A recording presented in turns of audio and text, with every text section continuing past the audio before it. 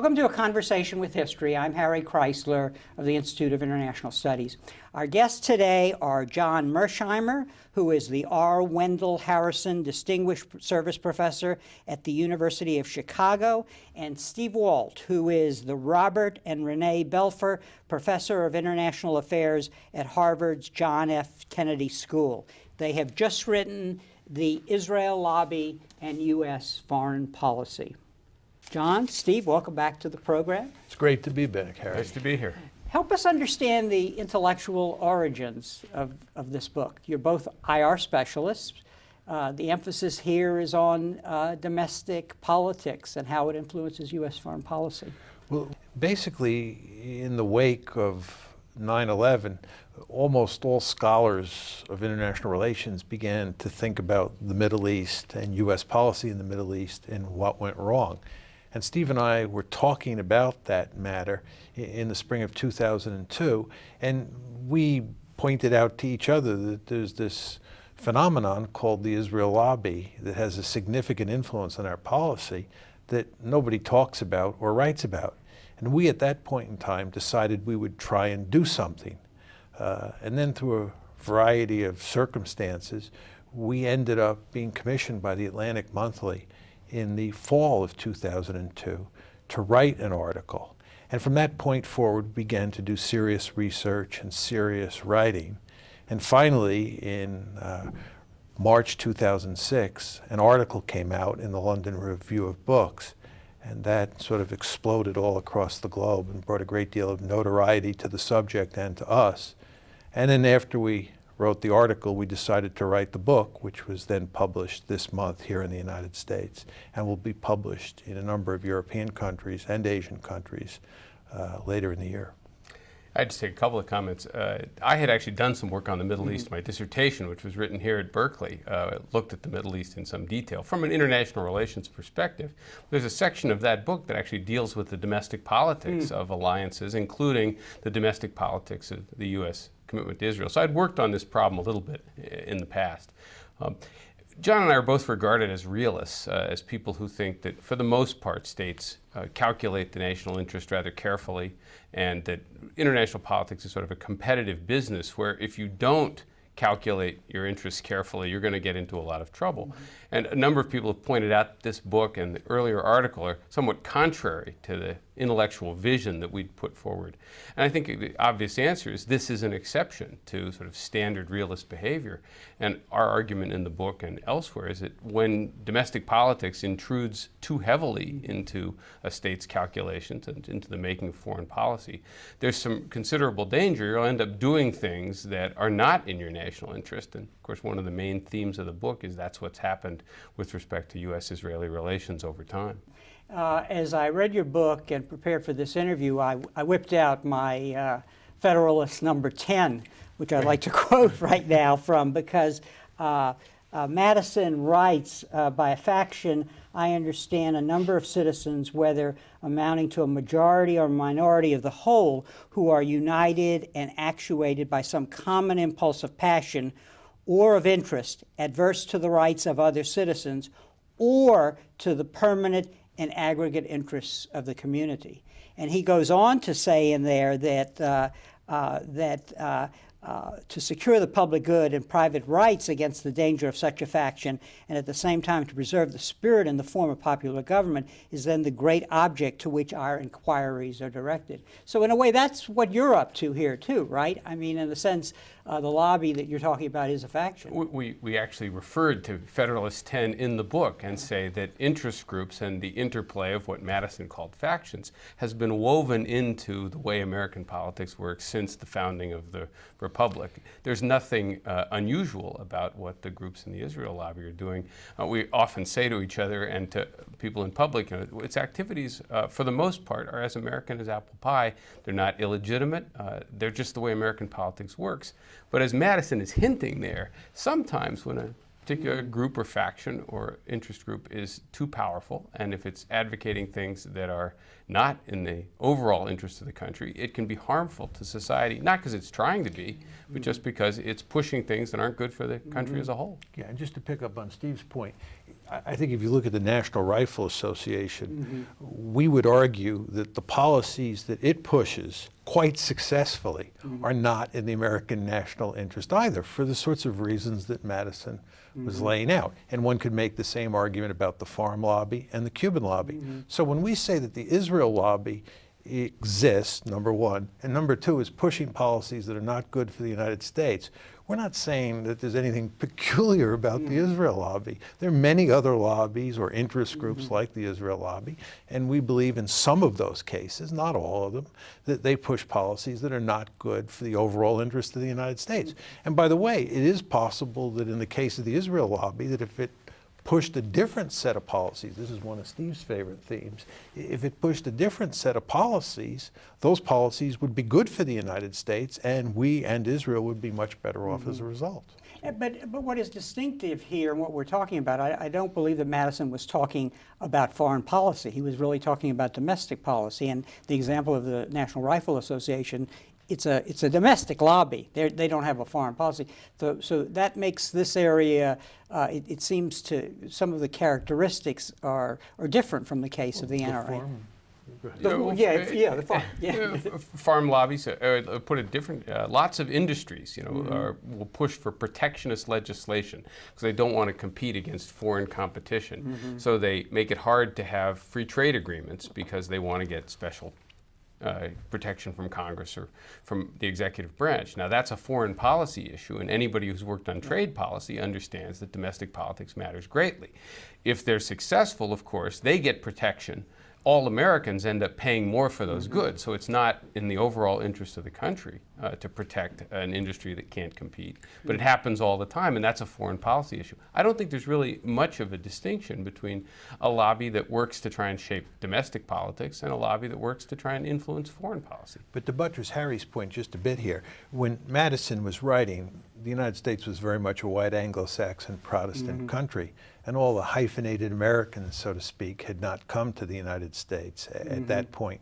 And it was throughout the course of the 19th century that huge waves of of immigrants from countries like Ireland and Germany, and later the Pale Settlement and Poland and Italy began to come to the country, that you began to get these ethnic lobbies. And of course we have the problem or that situation today, and it's not restricted to American Jews. It would include Armenians, it would include Cuban Americans, and we see that Indian Americans are now becoming very active in pushing American foreign policy in ways that they believe are good for India and for the United States as well. The other thing I wanted to ask you about is a theme that emerges throughout your book is the way the policies and some of these institutions in a way have been frozen in time, or at least evolved over time in ways that were negative consequences. And a lot of the images and descriptions used about the relationship, which we'll talk about in a minute,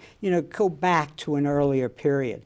And so let's talk a little about that, because at one point Israel was a strategic asset, but that was in the Cold War, and the Cold War ended in 1989.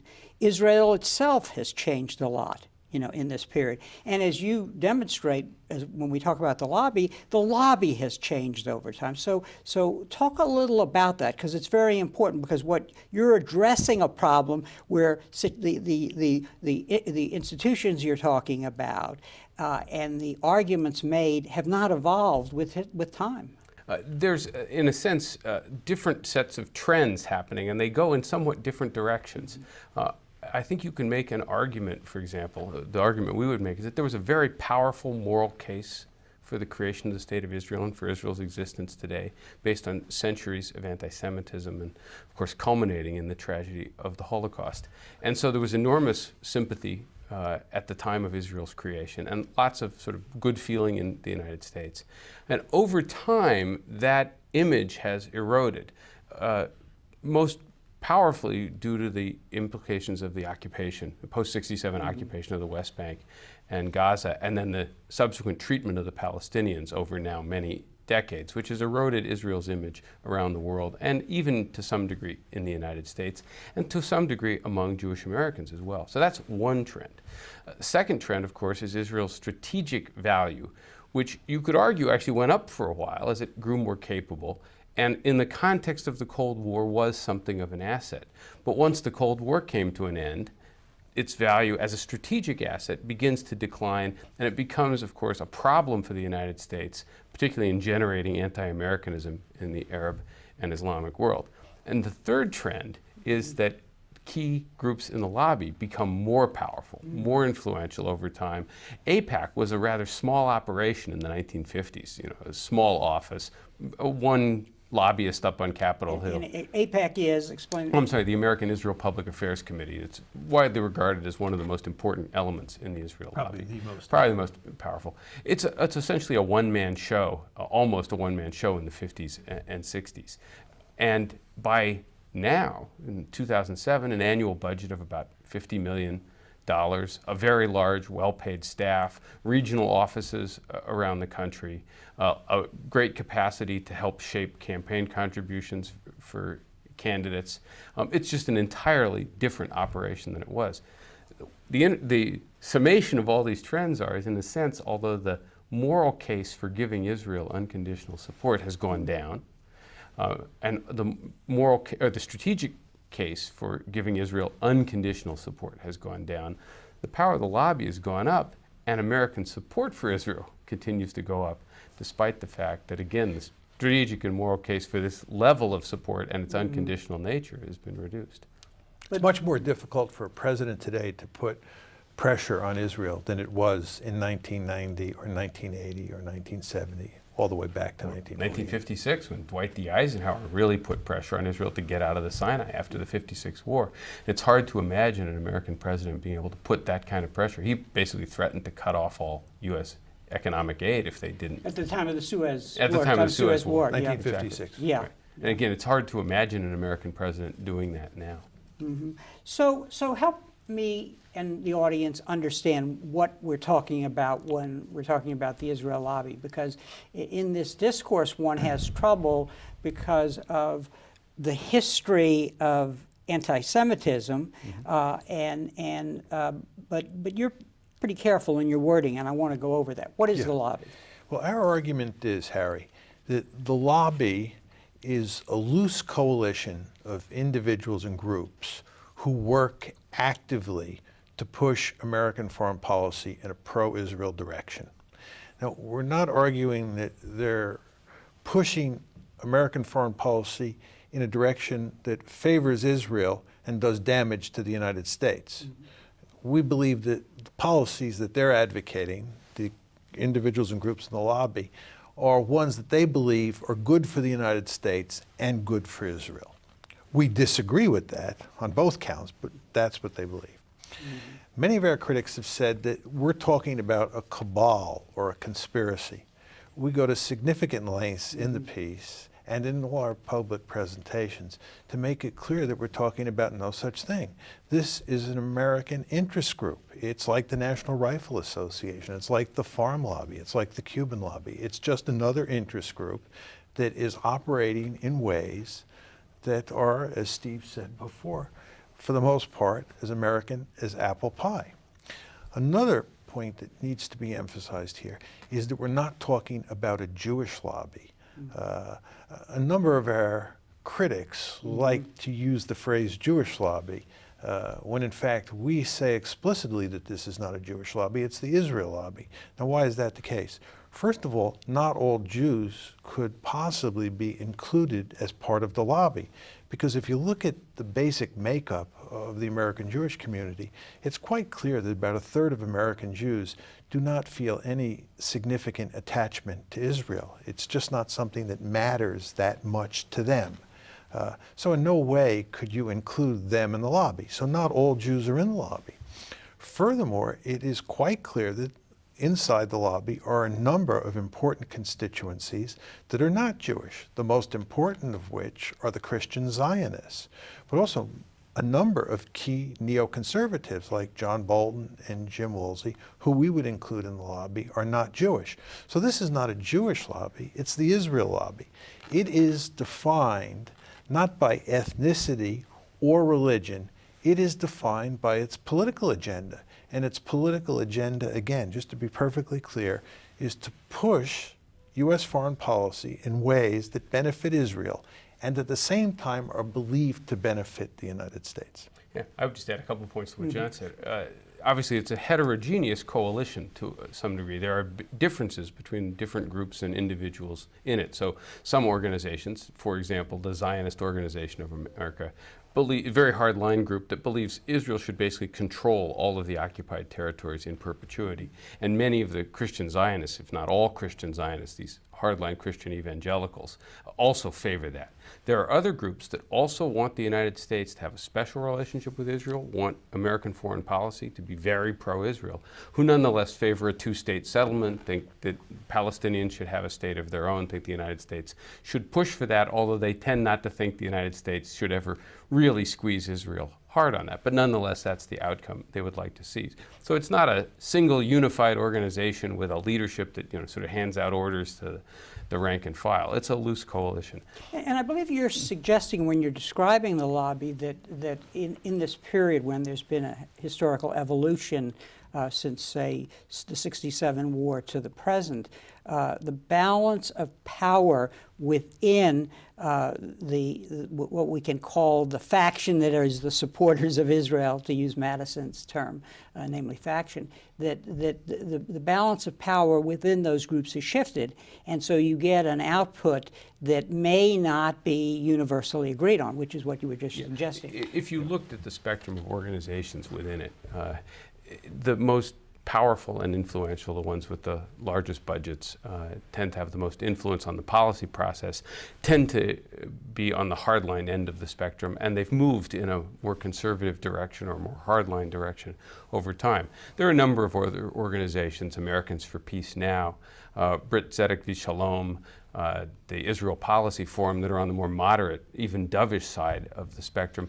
And we actually would agree with many of the policies they favor, but they're not as influential, not as powerful, not as wealthy in their capacity to shape events. In the course of this evolution, during the Cold War, or the latter part of the Cold War especially, Israel, the strategic rationale for the support of Israel was that it was an asset in the region as we competed with the Soviet Union for influence and power. With the end of the Cold War, that rationale no longer existed. So what replaced it, and how has that played into our current dilemma? Well, the rationale that the lobby put forward after the Cold War ended was that the Soviet threat was replaced by the terrorist threat, and that the terrorism threat that Israel and the United States faced was essentially the same threat. So we were in effect partners in a war against terrorism. That was the argument that the lobby made in the 1990s, but certainly after 9/11. And our basic argument is that that's wrong, and that one of the principal reasons, and Harry, I want to underline the word one here, one of the principal reasons, not the only reason that we have a terrorism problem today, is because of our unconditional support for Israel, especially with regard to its policies, Israel's policies towards the Palestinians in the occupied territory. So we disagree with that new rationale that the lobby has adduced. And I guess if you're fighting a war on terrorism, then you are looking for a global mission in a way, and you're saying that one terrorist group is just like another, which would seem to raise problems for the United States if it wants to behave responsibly globally and actually deal with the problem. Obviously, John and I are no defenders of terrorists of any kind, right. But one of the mistakes the United States made, and it's not a mistake, I think it's unique to the U.S.-Israeli relationship, was in the aftermath of September 11th to basically declare that the enemy here was terrorism with a capital T. And as you just indicated, that implies that all terrorist groups are fundamentally identical. The fact is that terrorism is not a single movement or a single organization. It's just a tactic that many different groups of many different political stripes have used throughout history. And some terrorist organizations in the past, in fact, got help from the United States because we favored their objectives. And of course, many people have pointed out, the original Zionist mission included Zionist terrorists who used traditional terrorist methods against the British when they were trying to carve out their own state in Palestine. Two of whom became prime minister. Yeah, two of whom ultimately became prime minister. So again, terrorism is not the enemy. There may be states, movements, groups whose objectives are hostile to ours and who try to attack the United States and obviously are a problem for us. But it was a mistake that we made to try and view this all as one single undifferentiated problem. Now, of course, many Israeli leaders and key organizations in the lobby liked that because they could say, look, we have a terrorism problem, you have a terrorism problem, it's the same problem. But of course it's not, right? Some of the organizations that Israel has a problem with don't attack the United States, don't try to attack the United States. And that raises then the question of what's the best way of dealing with each individual terrorist organization through some combination of, offensive action, but also attempting to try and find political solutions that would make them less influential, less powerful, or might in some cases cause them to put down their arms and abandon those tactics the same way that the original Zionists did once they got their own state. I sometimes think that we use labels. We say Israel, but we're in a way talking about factions within Israel. We say the United States, but we're talking about a faction in the national security bureaucracy and so on. And it seems that we get alliances across international boundaries in this age of globalization, which then creates labels that don't actually help us understand the problem. I think that's sometimes the case, but what do you have in mind in particular here? Well, I think you cite, for example, cases where former heads of security apparatus in Israel have criticized the policies of Israel toward the occupation. In the United States, it's not clear that had there been a different administration after 9/11, if the neoconservatives hadn't been so influential, then our policies might have taken an entirely different course. Yeah. And so so in this moment in time, you get agreement across boundaries, and you get a powerful output that appears to be much broader than it may in fact be. Yeah. Just two quick points on this. One is, I do believe, we can never be certain, but I do believe that if Al Gore had been elected president in 2000, that in the wake of 9/11... Some would say he was elected president. Yes, that's a different program. That's right. Yeah. But if he had been the president after 9/11, that we would not have attacked Iraq, because as you know, Al Gore was an adamant opponent of the war in Iraq, as were Steve and I. But I believe that's correct, that we would not have attacked Iraq. So I agree with you there.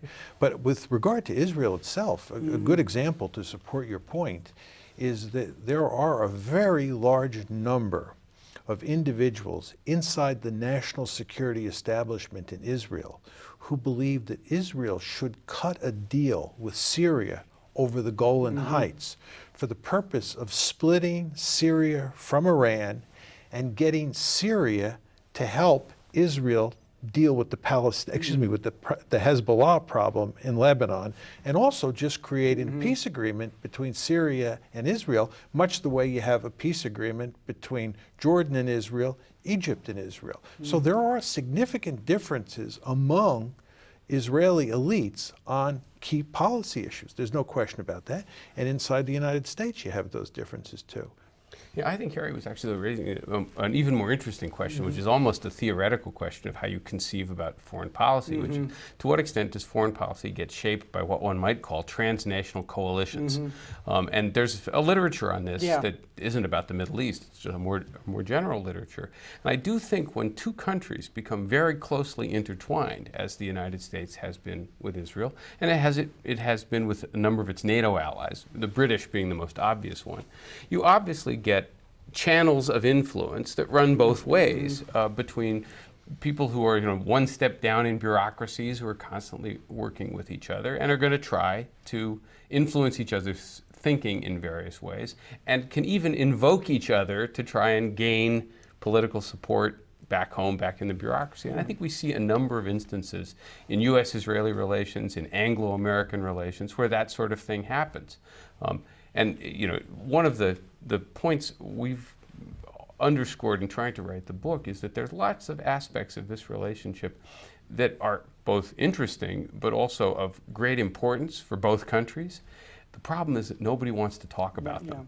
Yeah, and that is the great problem. The real danger here is we'll end up doing lots of things, and lots of people will think, this isn't so smart. We really shouldn't be doing this. But no one can bring it up out into the open and talk about it. And our basic view is, look, when countries start conducting foreign policy without being able to talk about it candidly, they're going to make mistakes every now and then, if not all the time, and not be able to correct those mistakes quickly enough. We think that's been a huge problem for the United States in its Middle East policy more generally. We also believe, of course, this has encouraged Israel to do a variety of things that were quite foolish as well, and that Israel would in fact be better off if we had a more open discussion in the United States about American policy and American support for Israel. And it should be emphasized that that open discussion does occur regularly in Israel. And if you read Haaretz on a daily basis in English, you see that very clearly. Absolutely, and not just Haaretz, other newspapers and media outlets in Israel, where there is a wide open debate and where you can say all sorts of things very similar to what we've said, and no one will condemn you, and certainly no one will accuse you of being an anti-Semite or anything like that. That happens all the time in Israel, but it doesn't happen very often here in the United States. If you were to look at the op-ed pages of all the major newspapers in the United States, you would find no equivalent to Akiva Elder, Gideon Levy, Amira Haas, and Bradley Burston, just to pick 4 examples of individuals who write regularly for Haaretz. We just don't have an open discourse on the editorial pages and the op-ed pages of our major newspapers about Israel, about its policies, and about the U.S.-Israeli relationship. In the end result of this, I believe, is that we do significant damage to U.S. interests and to Israeli interests. In your book, when you, and we'll talk a little more about the Israeli-U.S. relationship with regard to the benefits that Israel gets from the relationship, but you talk a great deal about recent relations that should be important for us in the Middle East. Iran, Syria, the Lebanon 207 war. 206, sorry, 206, yeah. Cases in which, for you and for your analysis, and maybe for a broader international relations community, our policy, the way we're pursuing our national interests with regard to these countries, does not make a lot of sense. So talk a little about that, because, for example, in the case of Iran, there were initiatives that the Iranians were willing to make at the time of the Iraq War that we did not respond to. Yeah, I'll say a few words about Iran, and Steve can say a few words about Lebanon, because those are 2 very prominent cases in the book, and we've already talked a little bit about Syria. It's quite clear that starting in the early 1990s, the Israelis came to believe that the greatest strategic threat that was facing them, either at the moment or on the horizon, was Iran. And they began putting pressure on the United States in the early 1990s to pursue a confrontational policy towards Iran. And Bill Clinton went along with this, and George Bush has gone along with this. Nevertheless, at the same time, the Iranians were looking for opportunities over the course of the 1990s and in the early part of this decade to change this confrontational relationship they had with the United States and try and work out some sort of modus vivendi. It wasn't like they wanted to become kissing cousins with the United States or anything like that, but it is clear that they thought that this confrontational relationship was counterproductive for Iranian interests. But every time that the Iranians tried to improve relations with the United States, the lobby moved in and made it almost impossible for the president, be he Bill Clinton or George Bush, to do anything serious to improve those relations. In the wake of 9/11, the Iranians made it clear to us that they wanted to help us deal with our problem in Afghanistan. They wanted to improve relations. And during the course of these discussions, there was even evidence that they were willing to recognize the state of Israel and have decent relations with Israel if some sort of agreement could have been worked out between the Palestinians and the Israelis. So there's no evidence that the Iranians are hopelessly committed to opposing the existence of Israel forever. But anyway, we were unable, in large part because of the lobby, to reach any kind of accommodation with the Iranians. And the most important result of that is that we believe that it has made it extremely difficult, if not impossible, for the United States to shut down or limit Iran's nuclear ambitions. There's no question about it that this is a hard nut to crack no matter how you approach it. But our argument is that if you had a more cooperative policy, you placed more emphasis on diplomacy and on improving relations and removing the American threat and removing the Israeli threat, you're more likely to get a solution. But again, the Israelis have pushed us hard, and the lobby has pushed us especially hard not to have good relations with Iran. The only footnote I'd add to that, of course, is the other outcome that our policy has led to is the election of a hardline president, Mahmoud Ahmadinejad, and it's hard to see that as a good development for the United States or for Israel, given some of his very objectionable statements over time. Again, one of these unfortunate events. Let me turn that to Lebanon. It's clear that Israel had a problem with Hezbollah in southern Lebanon, which was hostile and was arming itself, getting missiles from various places and posing a growing threat. So we don't deny that they had a real thing to worry about. Plus the fact there were these cross-border provocations going both ways. But the question is, what was their response going to be? And they developed a response that they then implemented in the summer of 2006, which had two parts to it: trying to disarm Hezbollah by bombing it, and then bombing civilian areas in Lebanon to punish the rest of Lebanese society so that the government in Lebanon would finally put the squeeze on Hezbollah. And this strategy was deeply misguided. Right? It was doomed to fail from the beginning. It was easy to anticipate that they weren't going to be able to accomplish their military objectives. And of course, punishing the rest of Lebanon for what Hezbollah was doing actually just made Hezbollah more popular. The problem was that the United States, because of the impact of the Israel lobby, was not in a position to tell the Israelis this was a stupid policy that wasn't going to work.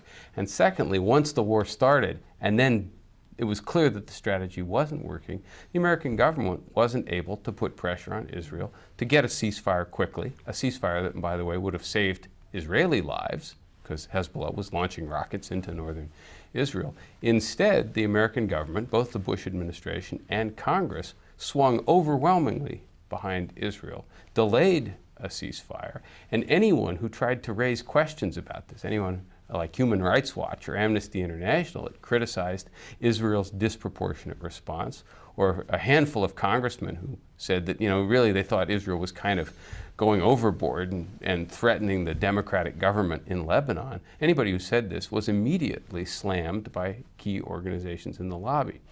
The United States would have been a better friend to Israel if we had either pushed them to come up with a better response to Hezbollah, or if we had shut the war down as quickly as possible. That's what a good ally would have done. But because of the impact of the lobby, the United States was unable to be a good friend to Israel in that particular case. And that, again, damaged our image in the region, but it also, as many Israelis recognized, was a strategic disaster for them. Both of these cases bring to mind an argument that's made against you in your work, in the sense that what you're working with here is a reductionist notion of what is causing the behavior of the United States in both cases. That the Israel lobby is the tail that's wagging, the dog and so on. So I think just in a general way, we should address that problem, because we have American exceptionalism. We have, ideas about transforming the Middle East. We have nationalists, chauvinistic nationalists like Cheney, and Rumsfeld, who aren't part of the lobby. So how do you answer people who say, sure, the lobby may have been a factor, in both of these cases. But it really wasn't the key factor. It was an element in the equation. But look, we have a president, he's elected by the people, we have a Congress and so on, and so we have to take these factors into account, the ideas, the institutions, and the personality that are running the country. Well, 2 quick points. One is that in most of these cases, we're not arguing that the lobby was the only factor. Okay. This is most apparent in the Iraq War. A lot of people seem to think that we're saying that the lobby alone, or the lobby in Israel alone, caused the Iraq War. Nothing could be further from the truth. Our argument is that the lobby and Israel were 2 major driving forces behind the war. By themselves, they could not have made the war happen. But we believe that in their absence, in other words, if the lobby in Israel had not been pushing for the war, we would not have had the war. So we stay away from monocausal arguments, even though we're often accused of this by our critics. But to get to the nitty-gritty of your question, Harry, I think that what you have to do is you have to take every case and you have to get inside the case and you have to look at what happened. And what we have to do is bring to bear evidence that shows that a particular president or a particular set of policymakers were pushing American policy in one direction, and it appeared to be headed in that direction, and then the lobby weighed in and pushed it back in the other direction. And if we can't provide evidence to support those kinds of arguments, then we're not going to carry the day. Just to give you one example of where I think this happens, we show, I think quite clearly, that in the spring of 2002, this is April 2002, shortly after Ariel Sharon had ordered the Israeli Defense Forces, the IDF, to reoccupy Palestinian lands that had been given over to Arafat as a result of the Oslo peace process, President Bush told Sharon in no uncertain terms that he had to get out of those areas immediately. And Condi Rice repeated that message to Ariel Sharon. What we then show is that the lobby moved in and in effect humiliated George Bush, forced him to back off, and actually say at the White House shortly thereafter that Ariel Sharon was a man of peace. So I think that what we did in that case is we showed that it was really the lobby that had turned Bush around on this issue, and that Bush actually understood at the time that what the Israelis were doing as a result of Operation Defensive Shield was not good for the United States. But he couldn't act on that belief because of the power of the lobby. I want to take his question in a slightly different direction. I mean, I think that that context does matter here. John referred to the Iraq War. The context post-September 11th was clearly critical. The United States is in this very unusual position where we have enormous power in the world. We're militarily very confident. We've won a series of wars quite handily going back to the first Gulf War. So there was never any real doubt that if we wanted to oust Saddam Hussein, we could do it. Vietnam is behind us. Yeah, Vietnam is behind us, and it was just clear that the military task of toppling him was not beyond our capabilities. Running Iraq, of course, was a separate matter, but getting rid of Saddam, we all knew we could do. And third, we were very scared after September 11th. The whole Middle East seemed potentially dangerous. Something had to be done about this terrorist problem, weapons of mass destruction. You know, it was very easy to work the American people into a state of real fear. That's all strategic context that then allowed key individuals and key groups in the lobby to sell a particular approach to that problem that they would not have been able to sell in other circumstances. I would add one other point to this. The United States is an incredibly wealthy and powerful country. And one of the things I think you do learn from realism, right, is that the world is a competitive place. But when you're in very good shape, when you're very powerful, you have much greater latitude, much greater margin for action. And you can do a lot of things that may be kind of stupid. You may even pay a price for doing them, and you're still going to be okay. And you could make the argument that domestic politics matters more in the United States case precisely because we have such latitude. If we had the Cold War back, right, if we had a real great power adversary that we thought was really dangerous, we would have to be much more focused on not letting our national interests get diverted, not miscalculating, you'd probably have a somewhat more open discussion.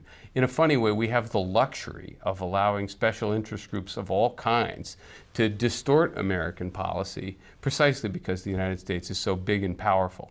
Right? It's still costly. It may still lead us into considerable problems, but it's, you know, something, one of the things I think realism would tell you is that the United States is precisely in the position where you got to be real careful, because it's possible to miscalculate and think you can get away with it anyway. The other thing that realism tells you is that when you do pursue policies that are caused by domestic political interest groups, that you invariably get yourself into a lot of trouble. You shouldn't say invariably.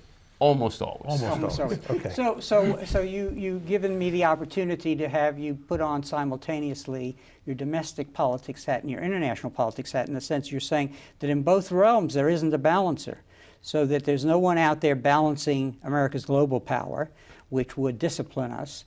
And on the other hand, domestically, what I'm hearing you say is that what happens with interest group politics and foreign policy is there's really only one interest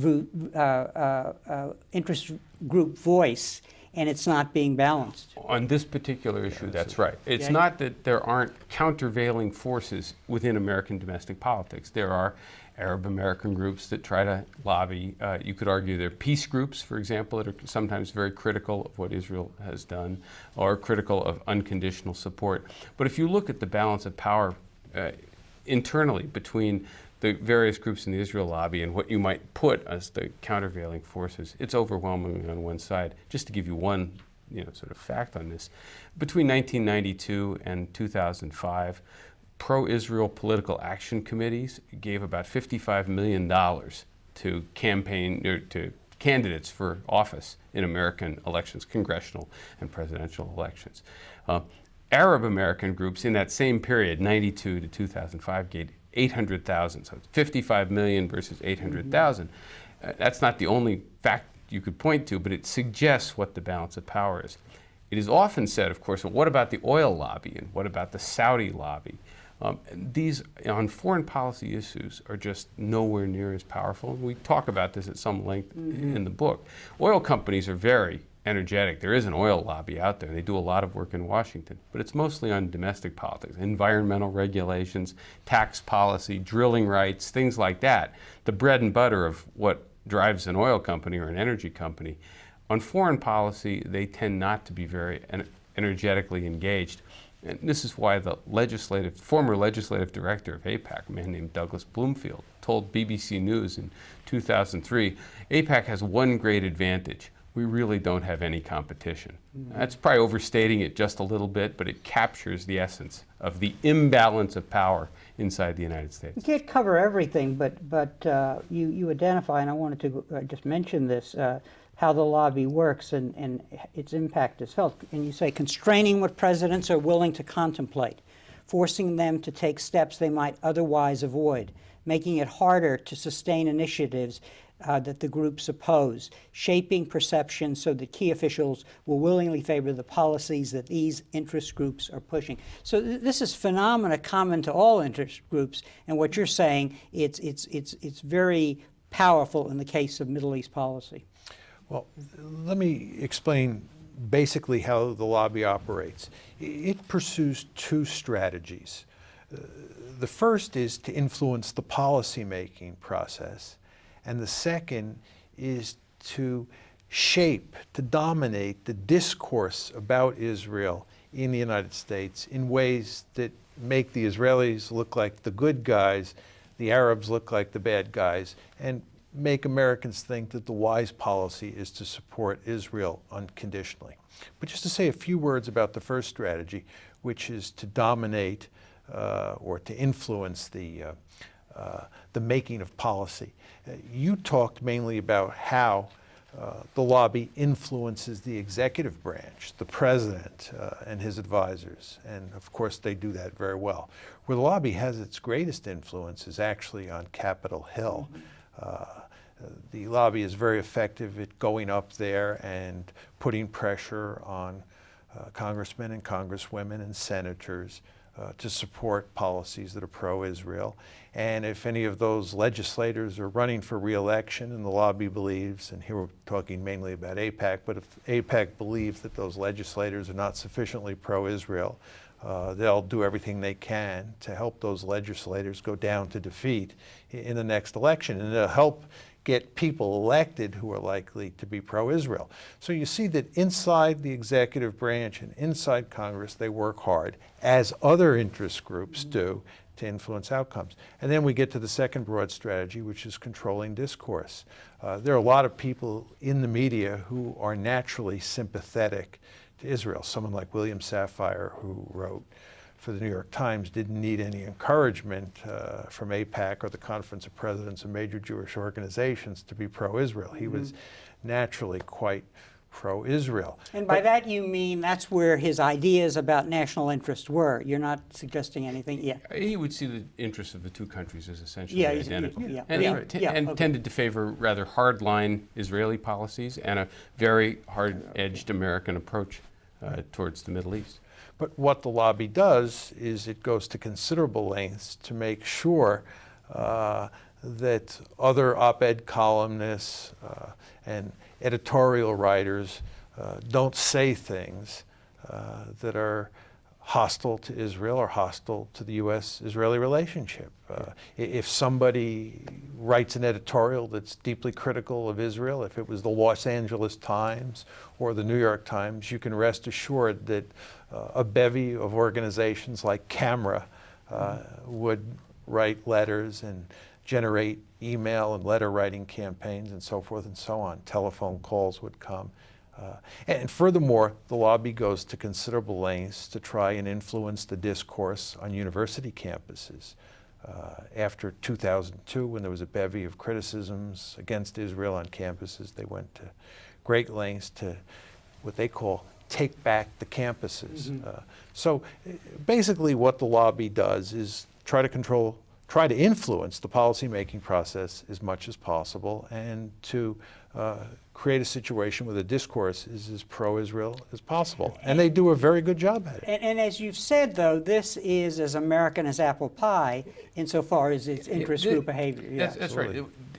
When you talk about, say, media coverage in the United States, many people think, given bizarre conspiracy theories like the protocols of the Elders of Zion, that we're saying something like, there's Jewish control of the media, which we're not saying at all. In fact, groups like Camera exist, the Committee for Accuracy on Middle East Reporting in America. It's a watchdog organization. They exist to put pressure on media organizations precisely because there isn't any kind of control. You have to lean on people. Just last month, CNN broadcast a documentary that compared Christian, Muslim, and Jewish fundamentalism. Christiana Amanpour was the anchor. And it 3 separate episodes, one on Jewish fundamentalists, Christian fundamentalists, and then one on Muslim fundamentalists.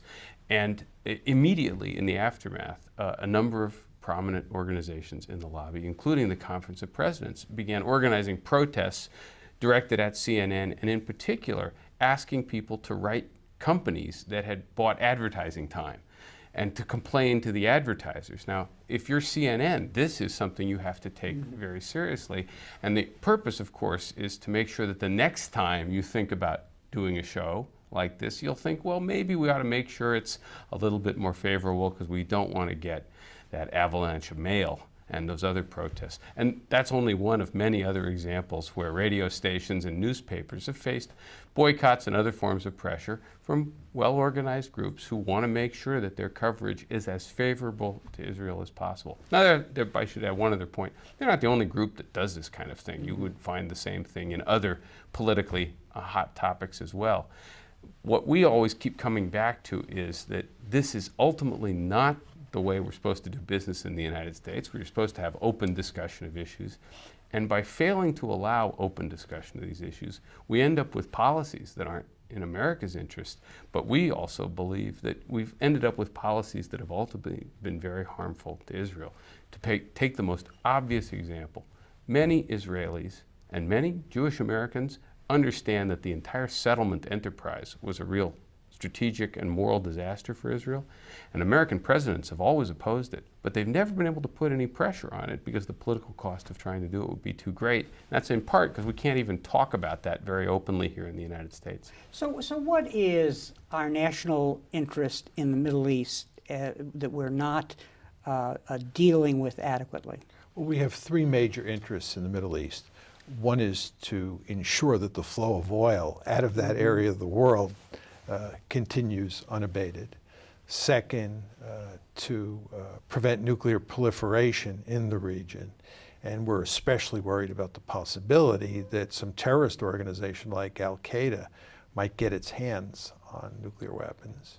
And third, we're concerned with defeating the terrorist threat that is directed against the United States, and if possible, dealing with other terrorist threats as well.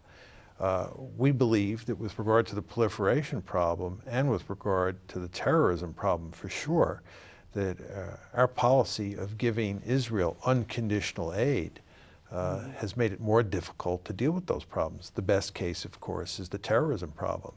There is little doubt that America's unconditional support for Israel's policies towards the Palestinians, its brutal treatment of the Palestinians, and its colonization of the West Bank, enrages huge numbers of people in the Arab and Islamic world, causes some of them to become terrorists, serves as an ideal recruiting device for terrorist organizations, and provides support for the Osama bin Ladens of the world.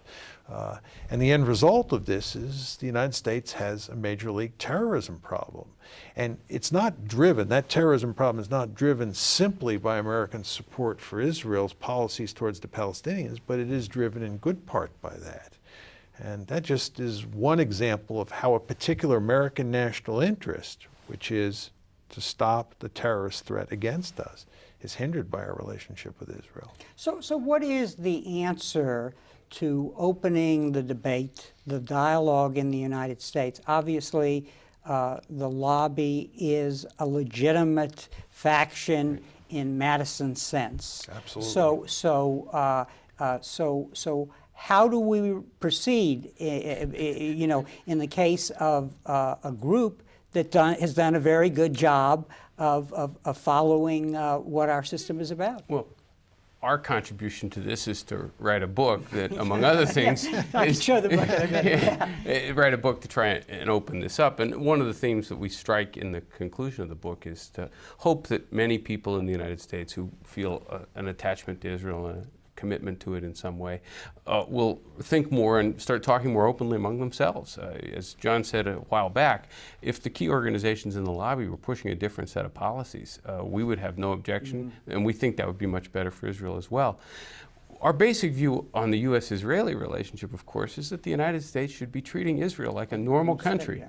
Right, that we should treat it the way we treat other democracies. We should back them when they do things that we think are good, and we should oppose them and be willing to withdraw support if they're doing things that we don't think are in our interest. We should, again, treat it like a normal country. We're not talking for abandoning Israel or anything like that. We're talking about, again, treating it as a country that's a successful, normal democracy. And the only way to have that begin to be American policy, we believe, is for all Americans to start talking about this more openly, and for people not to treat this as a taboo that you can't bring up and have a policy debate the same way we would debate our policy towards Japan, our relationship with China, what we're doing in Latin America, or any other part of the world. I was just going to say one key point, Harry, and we've touched on this before, but it can't be emphasized enough, is that states make mistakes. States, whether you're talking about the United States or Israel or Britain, Germany, you pick your country, those states occasionally pursue foolish policies. They're not omniscient. They're not omniscient. And therefore, it's very good to have open and freewheeling debates where critics are allowed to take out after the policy of the day, because it may avoid a disaster, number one, or number two, if you get into a disaster situation, it may help you figure out a smart way to get out of it. But open debate is a good thing.